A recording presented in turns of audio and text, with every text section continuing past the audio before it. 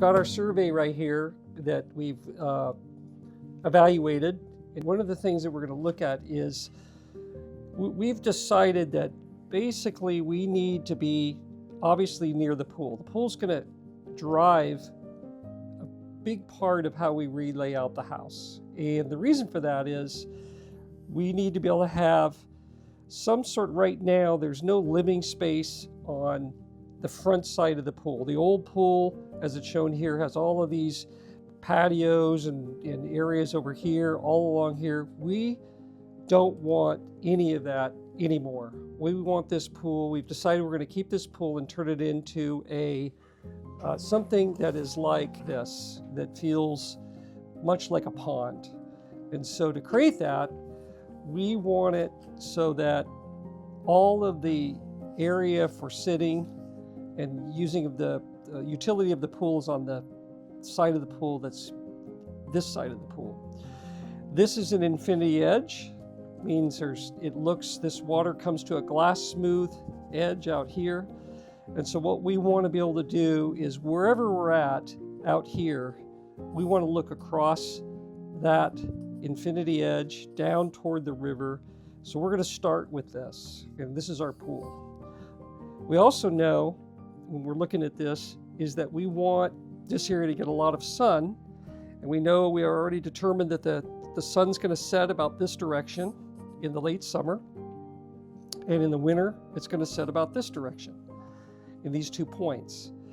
So in the late afternoon it'll get direct sun in this area, and by the evening when the sun is down, it'll be cool enough in this area to where you can sit out here in the evening, potentially eat dinner, and really enjoy this space if you're not using the pool during the middle of the hot day. So that's one of our focal points. We have a roadway right here. What we obviously don't want to do is we do not want any of this view along the roadway from the road to look up this hill toward the pool or toward the potential house. We know the house might be up in this direction. So we're going to put a vegetative planting screen in this area. We're going to have some trees that they don't have to be very big, but they have to be big enough that when you're down at the roadway level and looking up toward the house and toward the pool, you have privacy. So we know at the very least we're going to do this, this, and this. So that's our first thing. Next thing that we know is we've got some limits on where we can put this house based on the variance. We went in, we got our variance, it was approved. There were some setback lines that were modified to allow us where we could put the house. That line was modified roughly across here. And so anywhere from this line, this way, all in this part of the site, no house. So we know that's not a possible location. The other thing that we're going to look at is, I already said before that we want to approach the house. So you're going to come down and we want to have this first view spectacular, the very first view. And we call that just sort of the payoff. You've gone this long, windy road. First glimpse of the house is going to inspire you. It's going to make you go, what is that? And as you're coming down this future driveway, it's going to reveal more and more and more of the house. After we've determined these 3 things, now what I want to do is start to determine what places on the site are the best places to live. And so, for example, the previous house had no real outdoor spaces to live in. There was no connection between the interior of the house and the outside.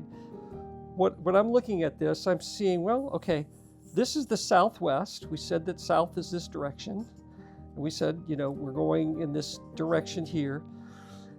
I think we want to have an outdoor living space here in this part of the site. It's a buffer from the road, so it pushes the house up a little bit from the driveway. But we also want to do is create, so we've got some other outdoor spaces. We've got this outdoor living space maybe in front. We've got an outdoor living space, I'd call it in the back near the pool. 2 different functional spaces. One's more oriented to the view of the river and the view of the pool, and sort of the dynamics of feeling on the edge of this bluff, on the edge of this hill. So it's kind of an inspired space. And then we've got this other space that is more in the front of the house that's looking into the landscape, looking into the oak woodland, and maybe connected to the house in a different way, that maybe that's a space that gives you a completely different experience. So we want to look at that. And then lastly, a lot of times what we want to do is we want a very private space for the owners, like an owner's suite outdoor. So if you had a spa environment where you had a little outdoor area to sit in the morning, you have a cup of coffee, you have your bathrobe on, and you want to just ease into your day, we want an outdoor space that does that. So I'm thinking, where do you want that space to be? You want to look at the river. You want to feel that morning river, the morning sunlight. We know that they said in their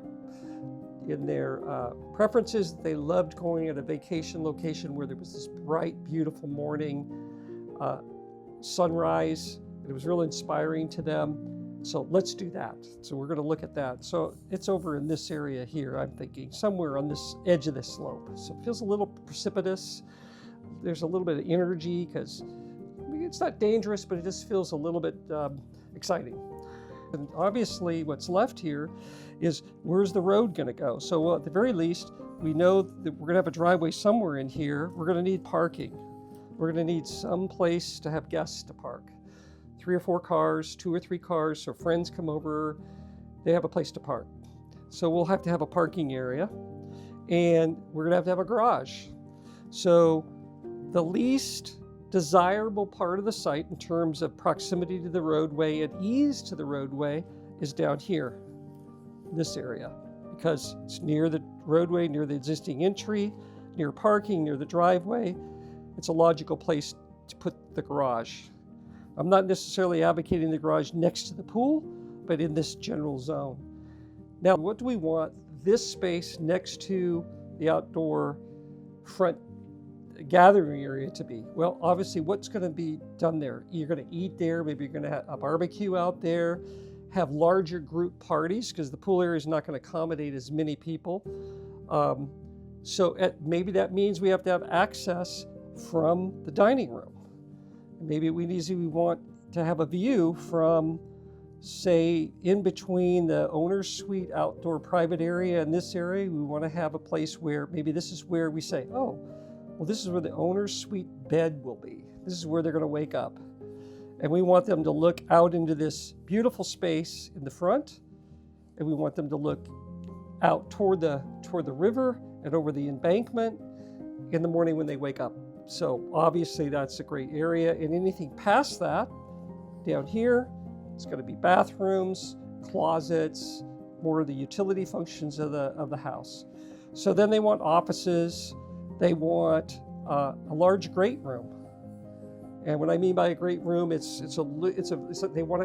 decided they want a casual lifestyle. They don't want a formal living room and a formal family room. They want one big room where everybody could actually connect while they're cooking. So they mentioned in their document that they want a 12-foot by 6-foot island in the kitchen. They were very specific about the size. That's huge. So obviously it's a place where people are going to gather around. It's going to be a meetings place. It's going to be a hub. It's going to be a hub of the house. That's bigger than a dining room table. So they want to connect those spaces. That's the public, the active part of the house. Where should the active part be? Well, it probably has to have some connection to the pool area. And it all has to have some connection to the front yard area where we're going to have this outdoor gathering area, this courtyard, and to the entry and the dining room. So I'd say, well, the entry and the dining room somewhere are going to be in this area. And we've now started this is how the design process starts. We start to say, what are the outdoor spaces? What are the indoor spaces? And what are the connections that we're making from these spaces to inside the house, from these spaces and inside the spaces? And the last thing that we're looking at in this whole concept is views. Views from the site into the spaces, and views from inside the interior of the house out and down to the river. So we're looking at all of these factors, and pretty soon, over a period of iterations, walls and concepts form related to the style that they like, related to the materials that they said that they felt comfortable with, and the finishes, and whether or not it's going to have a second floor, which we did decide, and a design starts to emerge. So this is the very beginning exploratory process. So I've got all my sketches here. I literally have done studies after studies. This is representing several weeks of work, and I'll just show you an example. This is a very, very, very basic sketch, and I said, okay, this lays out very interesting. Here's our pool, and I thought, well, can I fit this? How does this fit into the idea that I just said? It's a little different scale, but here's the pool, and my bubble diagram that I said underneath this is proposing to put a 3-wing project, 3 wings. And the interesting thing about this 3 wings is, that I can draw on this, is there's 3 spaces outside. Got this space, and this space. So this space is our pool space. This space was that front courtyard. And the back is the private. These 3 spaces. So we're gonna, and obviously the garage, what I said it would be down at this lower area, that's more of the entry. This is going to be where you're going to have the first arrival where cars are going to be, and it's also going to be the opportunity for us to go from the roadway through the courtyard to the core of the house. So the core of the house, you have a triangle, and if I sketch that out, a core of a triangle, if you draw that, you've got, or a 3-way thing, you've got 3 spaces outside in between, and each of those are going to connect to the interior. So what we did was we took more drawings, and you can start to see where we're saying, well, from bathrooms, we're starting to look at views in and out of the site, and then, we start to make more sketches where we're designing roadways and how the grading fits for these roadways, and we're looking at how that works. Then we might come into a little space, and this is a little sketch on top of a sketch, but I'm just basically showing all of the steps and iterations of the design process. Finally, after we go through all these sketches, what starts to emerge here in this colored sketch, and if you see here the blue, there's our river down below. And here's that roadway that I said would come down. And if you recognize the 3 elements of the house, you recognize where the pool is. You start to recognize we've got a courtyard area out here. We've got an area for parking. We start to show places where views are going to be inside of the room, inside of other rooms looking out. We're starting to look at views from inside the house of these various different areas. So all of these black dots represent where there's oak trees, and a design starts to emerge. There's a floor plan that connects with this, and those floor plans start to be created. They're more detailed.